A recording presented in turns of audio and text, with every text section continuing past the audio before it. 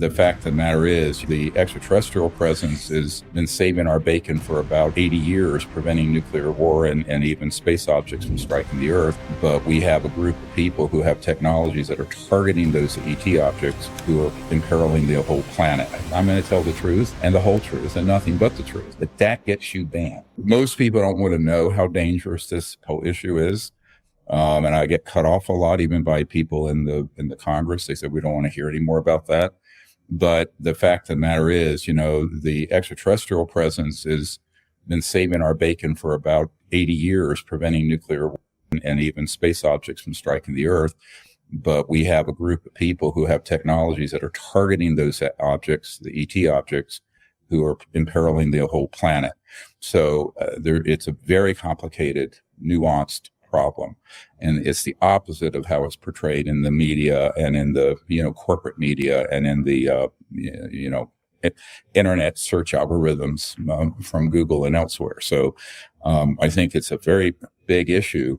And the people who are on the inside, let's just say the people who are operational now today in these black projects, that are being run illegally, but these are guys who got pulled in, maybe they were 18, 20, Green Berets, Special Forces, Delta Force guys. They now realize that they're in a system that is completely corrupt, and they're wanting to have themselves liberated from it. I had a very poignant story last year. I was being driven around in the Southern California area in an armored vehicle. It looked like a Denali, but it's armored. And, the guy who dropped me off at my place, he was in that system, and he said, "Thank you for what you're doing for those of us stuck on the other side." And he was referring to he and all the brothers who were in these programs, who some of them been there 30 years now, right? 25, 30 years. And they know now that it's a completely dangerous and corrupt, illegal operation, but they're in it. So, how do you build the bridge to liberate these guys? And with it, the technologies that would save the biosphere, right? So that's, although, I want to talk about this in the Middle East, but we haven't needed oil for decades. So, all that's going to go the way of all flesh. It's a huge change coming, and it's got to come very quickly now, given the state of the world. I can't speak to the ones that I'd have to know about whom you're speaking, okay? The people who say that, if you look at the hearings last year in Congress that were just these brief events, people like Mr. Brush and others, they don't understand that they can talk about anything related to this subject because the subject has been declared an unconstitutional operation. A priori, there are no non-disclosure agreements or national security oaths that pertain to it. That's the legal foundation of the whole disclosure project, which I actually started in 1993 when I was asked to brief the director of the CIA. It was called Operation Starlight at that time, and it was private. I'm a trauma doctor, and I was flown up from North Carolina to brief Mr. Clinton's CIA director, and within a few months of him being elected or sworn in. And so what we decided was once we could absolutely prove that the key people in our government here, as well as United Kingdom and some other country, Canada, were being lied to or denied access or even threatened for looking into it. At that point, we and our constitutional team, lawyers, said these are illegal projects. A priori, you can't enforce the National Security Act on it because you can't enforce the law around an operation that's by definition illegal, not being overseen properly by either the president or the Congress. So at that point, we have told every witness of ours, now the whistleblowers I have understand this, that they can talk about anything. What they filter on, this is an important distinction, is information that isn't related specifically to this issue, that may be associated, that is still top secret, and that would be covered under a non-disclosure agreement. So this gets in the devil's in the details, as always, which people find boring, but I think it's important for people to understand this. The other part of it is that fear. So some people, even on my team, they will talk about a certain amount of information, and then they'll self-censor, not because they can't talk about it, but because they're sort of programmed not to, and they're afraid of consequences for them or their family. So in terms of retribution, The other self-censoring thing, and I'm dealing with this a lot with Congress, the senior folks who are, like right hand to the Senate Intelligence Committee and people like that, they can only tell their bosses, meaning the chair and co-chairs of these kind of committees, so much before they kind of lose them. One of the problems is it's a little bit like, what is that movie, A Few Good Men, when Jack Nicholson, he's asked, Tom Cruise says, I just want to know the truth. He goes, you can't handle the truth, and goes screams at him like that. It's a little bit like that because, if you tell some of these guys who are just, they're basically, still have training wheels on learning about this issue, and these are senior members of the United States Senate and House, you tell them too much, they just shut down or they become afraid. So, we have to be understanding the human limitations of understanding this. And part of my job is to keep pushing that envelope without breaking it.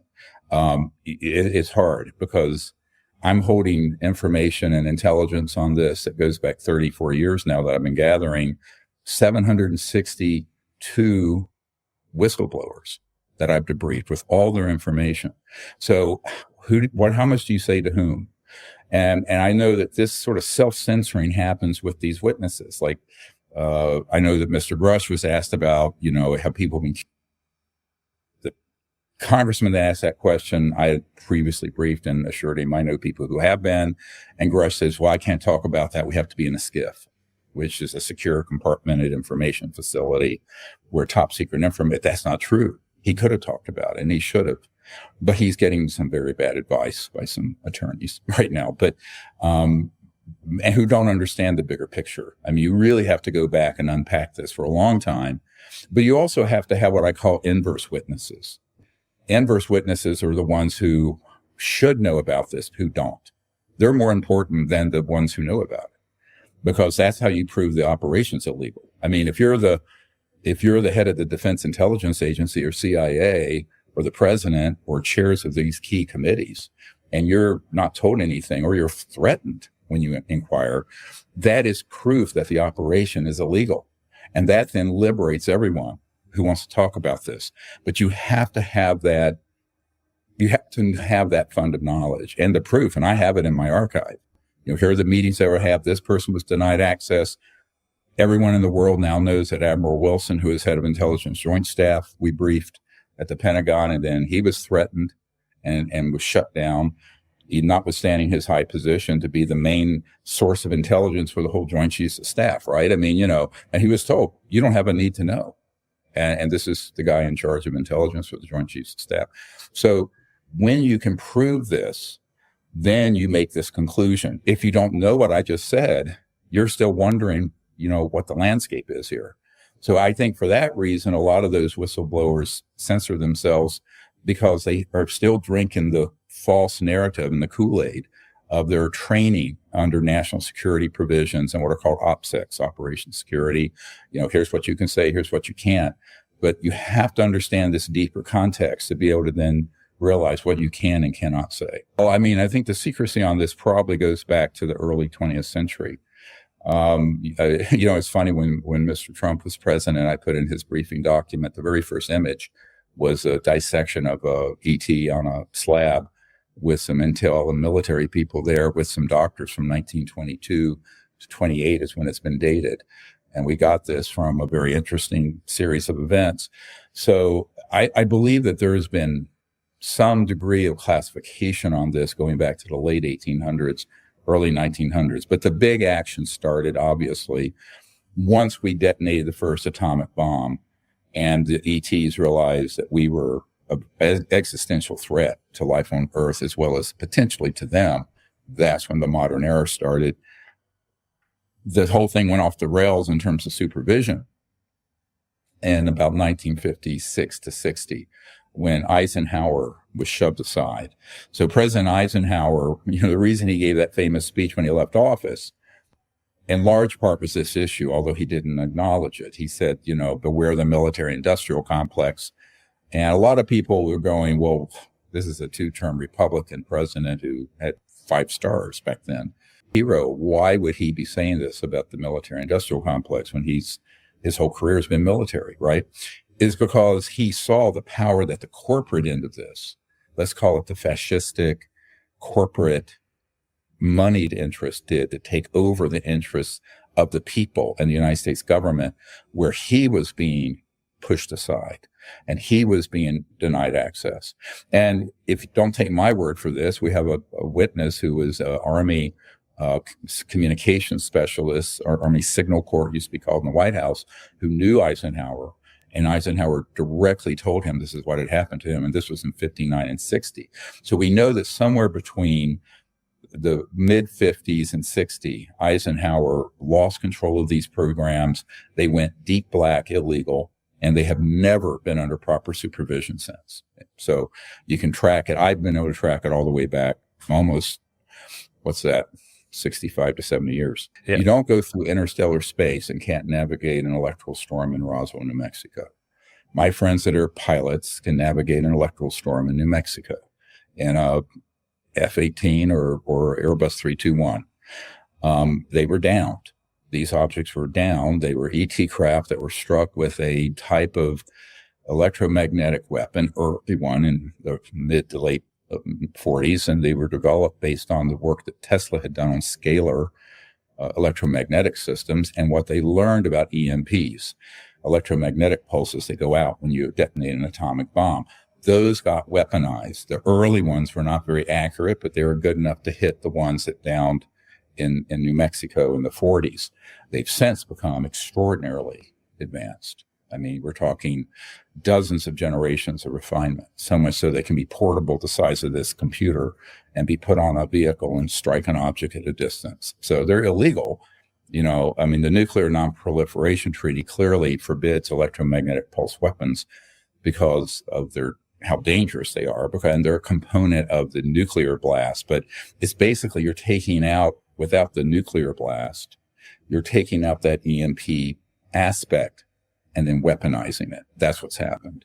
And that's how they're targeting the ET craft and downing them. So they don't just accidentally crash.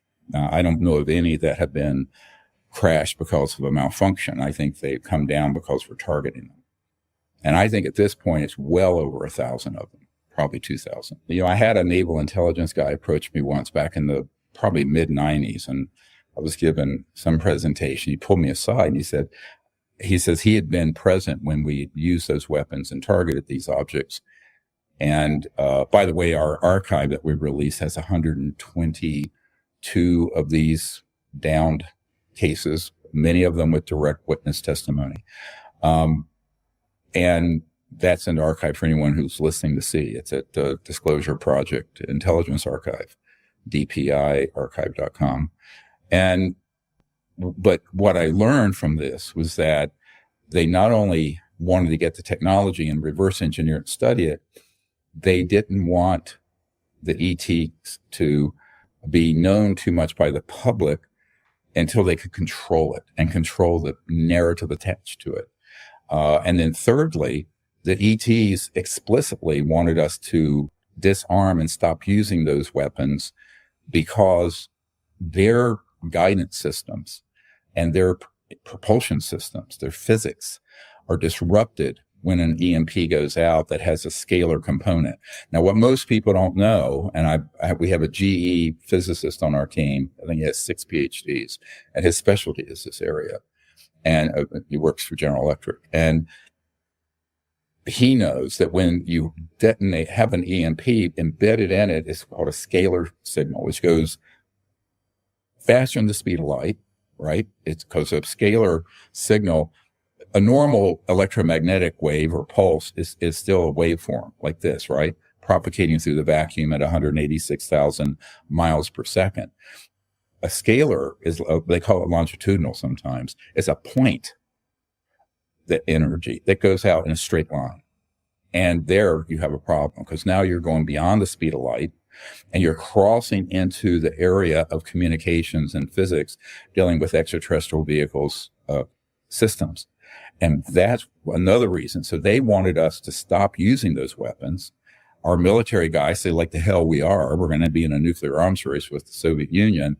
And so it's gone. All right. So now we have 70, 80 years of this madness. So that was the other issue, is that the ETs absolutely wanted us to stop using those. And if you look at the case files we have, there is a preponderance of these ET objects surveilling and going over all our nuclear facilities, not just nuclear bombs, but nuclear processing facilities, even nuclear energy facilities, because they know how dangerous it is. And they know that whole civilizations have vanished on other planets, frankly, because of these. And so that is a prevailing interest on their part. So again, I know you're going to ask a question. I'm going to kind of unpack it a little more complicated, but because there's a very deep story here, but there's also a deep science behind it. So why were they, obviously these civilizations, in my opinion, have been observing this planet for millennia. Why was this huge modern era opened up where there have been so many millions of sightings and events? It's because of our development of these weapons of mass destruction, where we're now a threat to all life on Earth, but potentially going out into space. And this is the other problem. The 50s coincided with our early development of our space program. Sputnik was in 57 when the Soviets, then we had the Apollo mission that my uncle worked on. My uncle helped design the lunar module that landed on the moon with Neil Armstrong. So what you realize is that put these two things together and look through the eyes of the ETs. We're a bunch of rampaging monkeys blowing each other up, right? We've had all these world wars. The fighting goes on to this day. Now we have weapons that can destroy a whole world, but now we're trying to go out into space where we could be a threat to them, right? And their planets. Mm-hmm. Because remember, if you're dealing with something beyond the speed of light and you develop it well enough, you could target a distant planet out of our solar system and potentially strike it without going there with these kind of weapons. Now, this is something I don't talk about much, but I can tell you that these extraterrestrial civilizations, plural, there are dozens of them, none of them are hostile, but boy, are they concerned about our hostility, because here's the problem. Our technology has exceeded our social and spiritual development. I mean, that's a problem. This is how a civilization goes poof, because we're still very primitive socially. We're still each other. Our civilization is built on greed and avarice and control and domination and destruction and war, most of it. And until we get over that hump, which is the biggest challenge, I think, is a social and spiritual crisis, not religious, spiritual, which I make a distinction on that. I think there's an inverse relationship usually between religiosity and spirituality. But I think that this is the truth, is that these civilizations from other star systems are observing this, but they're sort of appalled. And the longer these sort of covert programs develop these technologies, the other problem I find with this whole subject is everyone's always fighting the last war, as they say. They're looking in the rearview mirror. And they don't look at right now or looking forward, because right now is not 1947. Right now is not 1977. I mean, the technological curve, when you have trillions of dollars, and I'm not kidding, trillions of dollars that have gone into covert engineering and research and development at my uncle's old company, Northrop Grumman, Lockheed, Raytheon, E-Systems, EG&G, all these big SAIC, Booz Allen Hamilton. What happens is that in those compartmented super secret operations, they recruit the smartest, most amazing physicists and engineers and brains possible. And they're paid well, and they're protected. And your brilliant people are not at Harvard and MIT. I tell people they're in these programs because they're picked out of high school or early in college and they're pulled in.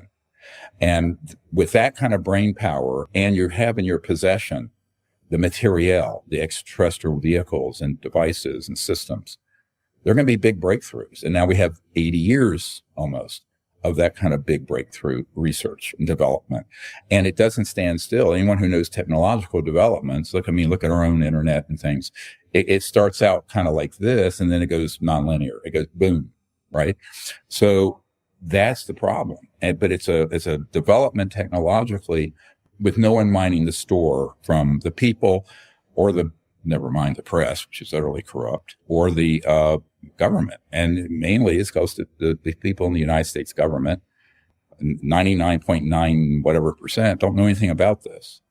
And that's on purpose. So everyone thinks, everyone asks me, why is the government hiding this? I said, which government? Whose government? The government that we elect and appoint? They don't know anything for the most part. A few do. And those are corrupt interests that we know who they are, and they're being handed over to a law enforcement team, frankly, even as we speak this week. Covert illegal government interest operations and corporate. So think of a hybridized entity. But I think the center of power is clearly not in the constitutional elected officials and appointed officials. I think if you were to have a frank conversation with any president, they won't admit this. No one wants to admit they're the emperor that has no clothes, right? But if you were to have a frank conversation, they go, same thing with these senior senators and members of Congress I've met with. They should know, they don't know, and they're not lying. They're not covering it up. People who now come forward beyond the whistleblowers and the defectors are the people who are in the government with enough authority to do something about this, who are now authorizing, extending immunity to people. And this is outside the Congress. This is people in, I can't say what agencies or whatever, but who now realize that there's an enormous problem that's an existential threat to the world. And so they're devoted to getting this resolved. And these are people who, they're not afraid of taking a bullet. I mean, these are guys who've been on frontline special forces, guys, and I know them very well, and they're serious. And that's why I'm very encouraged. I know it sounds scary to the public, maybe listening, but I'm actually very encouraged that there's a band of guys and operational programs that are legal, that are operating to get all of this under control as soon as they can. It's complicated. You're the head of, I don't say where, you're special operations wherever, and you have jets, and you have helicopters, and you have guns, and you have tanks, and you have whatever. Right? The people who you're needing to put in check have technologies that are thousands of years more advanced based on studying extraterrestrial vehicles. And so they have portable EMP and scalar weapons that can make your helicopters and jets fall right out of the sky or freeze your entire group of armed vehicles. So one of the things I've been asked to do by these guys who are trying to move forward is because they can't be identified publicly. I'm already out in the public, so I'm exposed. Is to say to guys and let it get back channeled to anyone watching your show or David or whoever's, Shawn Ryan show, whoever it is, that here's what we're going to do if law enforcement and a legally constituted entity shows up at your facility, put your weapon down. And if you don't, you're colluding with an illegal treasonous operation, and you could therefore be arrested, but also prosecuted for treason. So that message we're being very clear about, so that what we're hoping happens when this group stands up and rolls or moves, that there won't be any resistance. It'd be like the Orange Revolutions in Eastern Europe and stuff, where, it just happened without any kinetic, violent sequela or outcomes. So that's what we're aiming for, is a peaceful transfer of these operations back under constitutional control, and then a careful release of select technologies, particularly energy generation technologies, that would completely save the biosphere and in 20 years, would end all poverty on the planet. I mean, we have these technologies. The former chairman of a Fortune 50 corporation, who is trying to defect, but he's had his whole family threatened because he's waiting to see which sacrificial lambs get taken out. He doesn't want to be that one, right? He's waiting to see if the security programs that are being put in place are adequate. So I'm sort of the canary in the mine shaft. There's some other canaries in the mine shaft. It's all about what risk you're willing to take. And I can tell you, this man was approached right after he reached out to us and was told they will you and all your grandchildren and children, very bluntly. And by the way, there's a head of state in Europe I've learned about recently had the same thing happen.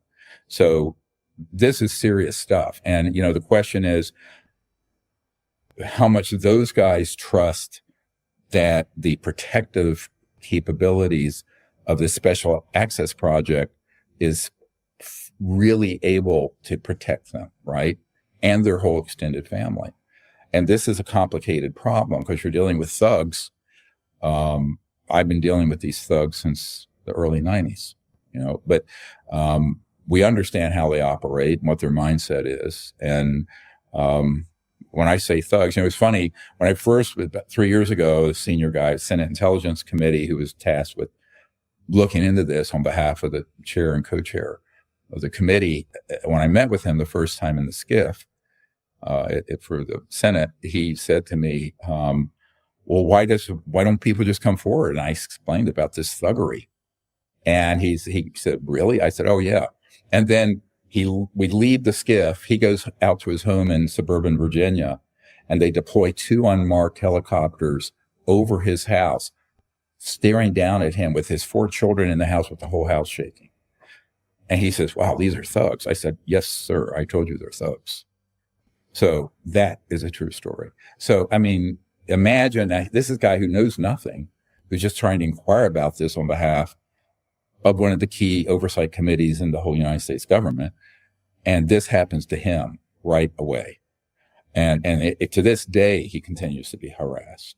So in all kinds of ways, there are all kinds of ways you can harass people legally, false investigations.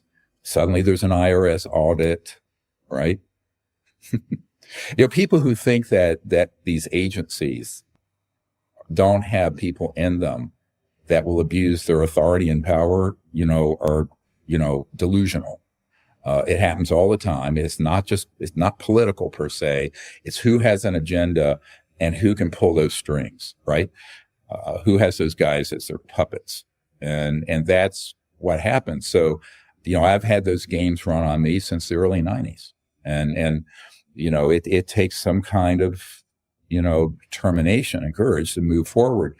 Luckily, that guy I'm referring to, who I cannot name, he had been a special operator, military, and then became the senior guy for Senate Intel. So when I met with him, he'd be the equivalent of a 3-star general if he'd stayed military. And so he'd seen action, and he'd gone mano a mano in bad situations in the Middle East, Africa. And so, he was not he wasn't some, penny loafer wearing lawyer from Yale. He was, no offense to penny loafer wearing lawyers from Yale, but the thing is that that's really what it boils down to. I'll be honest with you, is, you have to have the information and knowledge about this, but you also then have to have the integrity not to be corrupted, but you have to have the courage to act. If you don't have the courage to act, the rest of it doesn't matter.